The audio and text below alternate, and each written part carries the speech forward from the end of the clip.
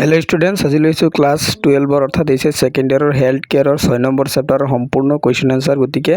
important বহুত question answer ইয়াৰ পৰা পৰীক্ষাত আশা কৰো ইয়াৰ পৰা আহিব পাৰে বা বহুত ইম্পৰ্টেন্ট হয় গতিকে ভিডিওটো সম্পূৰ্ণ চাই যাবা স্কিপ নকৰাকৈ এক number question unit 6 biomedical waste ম্যানেজমেন্টৰ এক number question biomedical waste management বুলিলে কি বুজায় ইয়াৰ গুৰুত্বসমূহ বৰ্ণনা কৰা বায়োমেডিকেল ওয়াস্ট ম্যানেজমেন্ট হচ্ছে চিকিৎসালয় ক্লিনিক পরীক্ষাগার শিবির আদিত উৎপন্ন হওয়া সংক্রমিত আবর্জনা সঠিকভাবে পৃথকীকরণ সিগ্রিগেশন আর সংগ্রহ কালেক্ট প্যাকেজিং আর পরিবহন সংরক্ষণ আর চূড়ান্ত নিষ্পত্তি করা প্রক্রিয়া ইয়ার গুরুত্বসমূহ হল এগুলো সংক্রমিত ৰোগৰ বিস্তাৰ ৰোধ কৰা চিকিৎসক নাৰ্স আৰ স্বাস্থ্যকৰ্মীক সুৰক্ষা দিয়া পৰিবেশ প্ৰদূষণ ৰোধ কৰা বা কমাই চিকিৎসালয়ত পৰিষ্কাৰ আৰু স্বাস্থ্যকৰ কৰি ৰাখা জনস্বাস্থ্য সুৰক্ষিত কৰে তাৰ পিছত আছে 2 নম্বৰ কোৱেশ্চন বায়োমেডিকেল ওয়াশ কি ইয়াৰ উৎসসমূহ লিখা বায়োমেডিকেল ওয়াশ হৈছে চিকিৎসা সেৱাৰ উৎপন্ন হোৱা সংক্ৰমিত বা বিপদজনক আৱৰ্জনাসমূহ তাৰ পিছত আছে উৎসসমূহ চিকিৎসালয় ক্লিনিক স্বাস্থ্য শিবিৰ ল্যাবৰেটৰী ব্লাড বেংক পশু চিকিৎসালয় গৱেষণা কেন্দ্ৰ এটা হৈছে ইয়াৰ উৎস 3 নম্বৰ কোৱেশ্চন বায়োমেডিকেল ওয়াশৰ বিভিন্ন প্ৰকাৰসমূহ লিখা ইয়াৰ প্ৰকাৰসমূহ হ'ল human anatomical waste animal waste microbiology waste sharp needle blade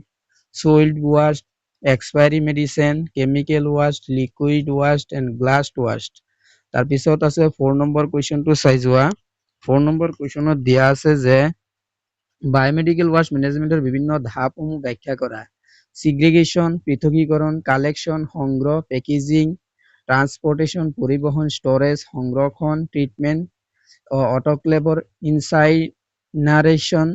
final ডিসপোজেল তাৰ পিছত আছে তাৰ পিছৰ কোৱেশ্চন 5 নম্বৰ কোৱেশ্চনটো চাই যোৱা 5 নম্বৰ কোৱেশ্চনত দিয়া আছে বায়োমেডিকেল ওয়াশ সঠিকভাৱে ব্যৱস্থাপনা নকৰিলে কি কি ক্ষতি সাধন হ'ব পাৰে এইডছ হেপাটাইটিছ বি হেপাটাইটিছ সি টিটেনাছ আদি ৰোগ বিয়পিব পাৰে বায়ু মাটি আৰু পানী প্ৰদূষিত হয় স্বাস্থ্যকৰ্মী আৰু ৰোগীৰ জীৱন বিপদত পৰে জনস্বাস্থ্যৰ ওপৰত বেয়া প্ৰভাৱ পৰে পৰীক্ষাৰ পৰিবেশৰ ক্ষতি হয় তাৰ পিছত আছে হস্পিটাল ষ্টাফৰ ভূমিকা বায়োমেডিকেল ওয়াশৰ ম্যানেজমেন্টত বৰ্ণনা কৰা চিকিৎসক নিয়ম মানি ওয়াশ ম্যানেজমেন্ট নিশ্চিত কৰা নাৰ্স ওয়াশ সঠিক বিনত পেলাই ল্যাব টেকনিশিয়ান ল্যাবৰ ওয়াশ সুৰক্ষিত নিষ্পত্তি কৰা হাউসকিপিং স্টাফ ওয়াশ সংগ্ৰহ আৰু পৰিষ্কাৰ কৰা ওয়াশ হ্যান্ডলাৰ ওয়াশ সুৰক্ষিতভাৱে পৰীক্ষা কৰা 7 নম্বৰ সিগ্ৰিগেশন অফ বায়োমেডিকেল ওয়াশ কি ইয়াৰ গুৰুত্ব লিখা সিগ্ৰিগেশন অফ বায়োমেডিকেল ওয়াশ উৎপন্ন হোৱাৰ লগে লগে বিভিন্ন ধৰণৰ ওয়াশ পৃথক কৰা হয় ইয়াৰ গুৰুত্ব সংক্ৰমণ কমে পুনৰ ব্যৱহাৰ সহজ হয় নিষ্পত্তি সহজ হয় চিকিৎসালয় পৰিষ্কাৰ থাকে আৰু খৰচ কমে তাৰ পিছত আছে 8 নম্বৰ পাৰ্সোনাল প্ৰটেক্টিভ ইকুইপমেন্ট কি ইয়াৰ প্ৰয়োজনীয়তা বৰ্ণনা কৰা পাৰ্সোনাল প্ৰটেক্টিভ ইকুইপমেন্ট হৈছে স্বাস্থ্যকৰ্মীক সুৰক্ষা দিবলৈ ব্যৱহৃত হোৱা এক প্ৰকাৰ সামগ্ৰী যেনে gloves mask gown goggles face shield shoe cover প্ৰয়োজনীয়তা সংক্ৰমণৰ পৰা সুৰক্ষা দিয়া আঘাতৰ পৰা ৰক্ষা ৰোগীৰ পৰা স্বাস্থ্যকৰ্মীলৈ ৰোগ নাযায় স্বাস্থ্যকৰ্মীৰ পৰা ৰোগীলৈ সংক্ৰমণ নহয়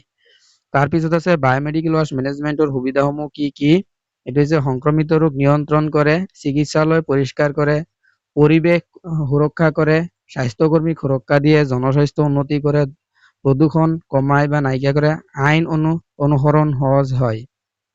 তাৰ পিছত আছে ইনসাইনাৰেশন আৰু অটোক্লেভ কি দুইটাৰ বিষয়ে লিখা ইনসাইনাৰেশন উচ্চচাপ বায়োমেডিকেল ওয়াশৰ জ্বলাই সম্পূৰ্ণ ধ্বংস কৰা পদ্ধতি আৰু অটোক্লেভ উচ্চচাপৰ বাষ্প ব্যৱহাৰ কৰি ওয়াশ জীৱাণুমুক্ত কৰা পদ্ধতি